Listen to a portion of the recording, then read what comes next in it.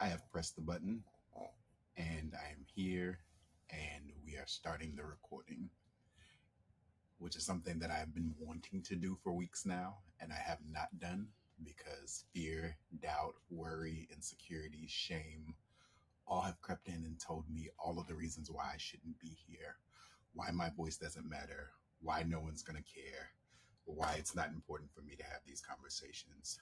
But something in my heart led me here, and I feel that I would be doing myself a disservice not to follow my heart and to be here and to show up and to at least put forth the effort. Um, if this is your first time hearing my voice, welcome. My name is Christopher Sally, often referred to by many as Christopher. Some people call me Chris. I don't prefer it, but you can call me King Christopher. I believe that we all, in some way, have put ourselves, if not even put ourselves, kind of positioned ourselves to enter into some of the blessings, some of the miracles, some of the foundation that was laid before us by our ancestors. And we are royalty, so I'm going to be recognized as such. I am a king. I am the son of a king. So, with that, I'm going to go ahead and get started. It's so funny how fear will really like psych you out and have you not wanting to do things that you know in your heart you really want to do. I think for me, a big part of not being here sooner was telling myself that I wanted to wait until I felt that I was absolutely ready. And I think I realized today, just in a moment, I don't remember exactly what moment sparked it, but there was a moment where I told myself, or where something told me, if you don't start now, you're never going to start because you'll never be ready. If you have heard my voice before and you are familiar with any podcast that I've been a part of, whether that is Live, Learn, Grow, Repeat with my best friend Lonnie, whether that is one moment at a time, a podcast that I hosted myself for a brief moment, or even a current podcast that I am co-hosting called What Are We Even Talking About? Or Wawita. Um, Welcome here. I hope that you are willing to take this journey with me as I continue to develop a better understanding of who I am so that I can continue to share it with other people. I don't know where the audacity came from, but at some point I discovered within myself that I had some very significant and intelligent and sometimes even profound things to say. I believe that at some point I recognized that there was a spirit, an energy, a presence within me that was led to inspire, to encourage, to motivate others, to share things that I've been through in hopes of being able to shine light on certain things that other people may go through. And it's not from a space of me believing that I'm high and mighty. It's not from a space of me believing, like, oh, I've learned so much. Now let me come into the world and teach others. As much as it's more so from a place of humility, understanding and recognizing that I've been very fortunate, understanding and recognizing that I've learned some very valuable lessons, that I've experienced, overcome, and been able to endure some very major challenges, that I have gotten to a place of a certain amount of wisdom. And I almost feel like it would be unfair for me to keep it to myself. For a really long time, I struggled with the idea of purpose. What is my life's purpose? I think so many people from a young age, it's like, what do you want to be when you grow up? And, there's so many different things thrown out. I want to be a teacher. I want to be a doctor. I want to be a lawyer. I want to be a firefighter. I want to be the president. I want to be a singer. But once you actually grow, once you actually enter into the world, once you actually become an adult and start living and having experiences, a lot of times things can change, things can shift, things can get redirected. A lot of times we lose sight, we lack guidance, we feel kind of lost in the space of trying to understand exactly what it is that we're supposed to be doing. So, with that, I can definitely say that for a very long time, and for those that don't know, I am 40. I will be 41 in September. I am a Libra. Yeah, I am definitely getting to the space as to where I believe I am starting to discover it for myself. And I don't know exactly what it is. I can't say, like, okay, this is it. I have it, and now I'm going to do it for the rest of my life because it's so clear and I'm walking in it and I'm standing tall in this truth. But I do believe on some level, based on just how I feel so inspired, that a big part of my purpose is using my voice. A big part of my purpose is reaching other people, maybe not wide ranged, large masses of people. And who knows if that is a part of it? I pray that that's something that's brought to me. I pray that that's something that I allow myself to remain open and in flow for. But I do believe that it's that. Before I get too far in the conversation, because I don't want to start rambling because I'm so nervous to be here. And it's so funny because I've done this many times, so why would I be nervous? But my name is Christopher again. I'm originally from Tallahassee, Florida. I am the oldest of four siblings, three boys and a girl. My sister is the youngest. I kind of grew up all over the place. My mom married two men that were in the Navy, and we moved around quite a bit. Eventually, we landed in Memphis, where we were for the entire time that I was in high school. Eventually, as an adult, I moved to Jackson, Mississippi, where I was pretty consistently for 12 years. I ended up going to Jackson State University and getting a degree at 34 after having dropped out of high school twice as a senior, going back to get my GED 9 years later. There's a lot to unpack in that. We'll get to that on another another episode. But also, I eventually left Jackson and moved to Texas. It's funny, me and my best friend Lonnie, who I mentioned earlier, used to always say that we wanted to be in Texas. There, we just felt like it was such a big place, and there were so many opportunities, and the economy was so different, and that it would just make so much room for us to thrive and to grow. And it's really funny because we both kind of ended up there by happenstance, but I ended up going on a whim. I visited a friend.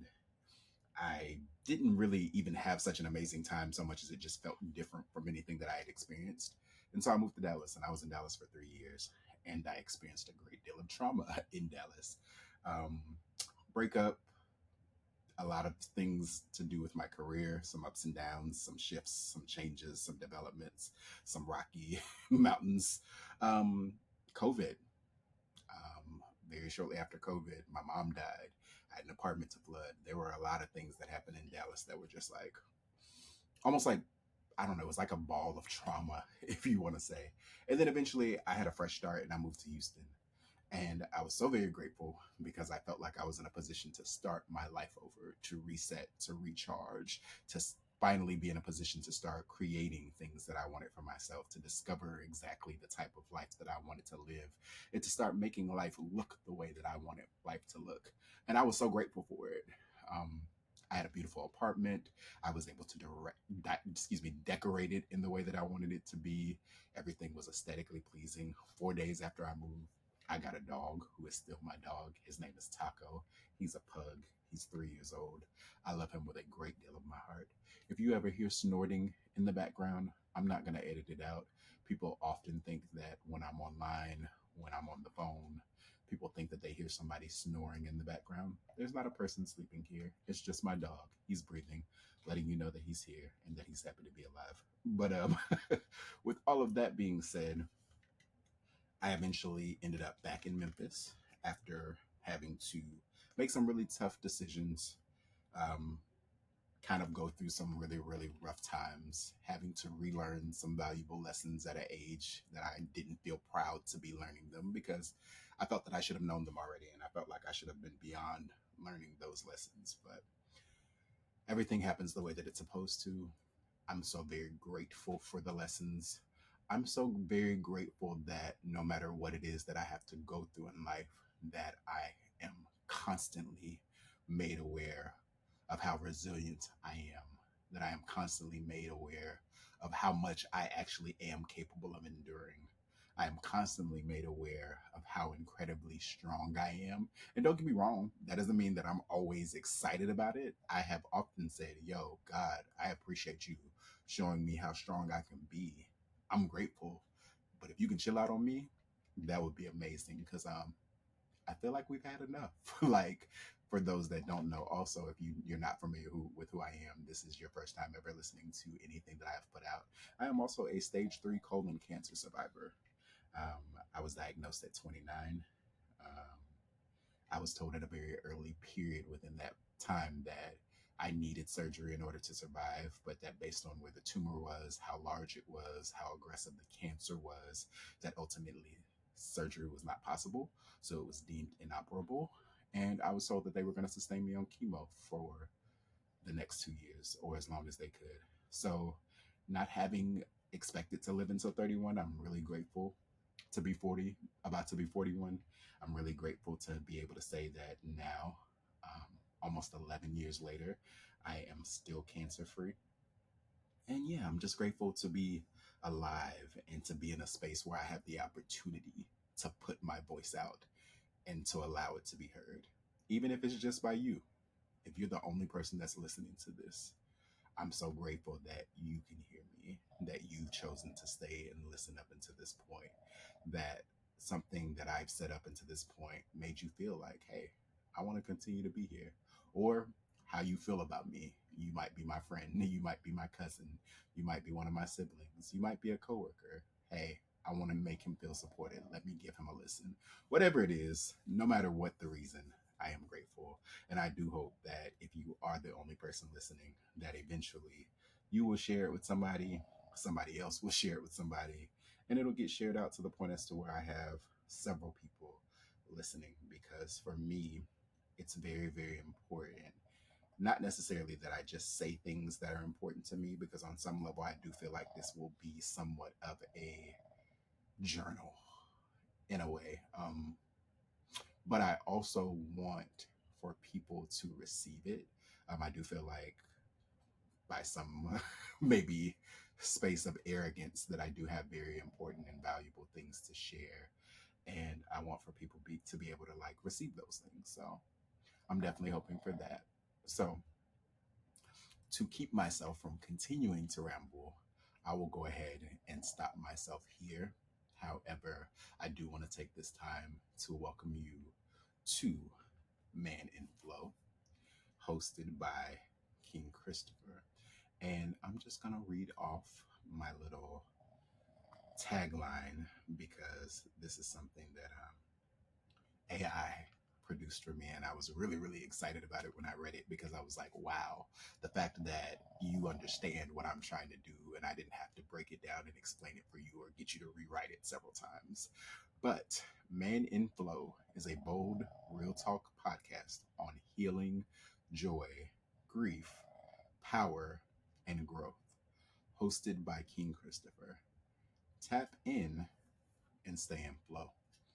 And I definitely hope that you do. I hope that you do.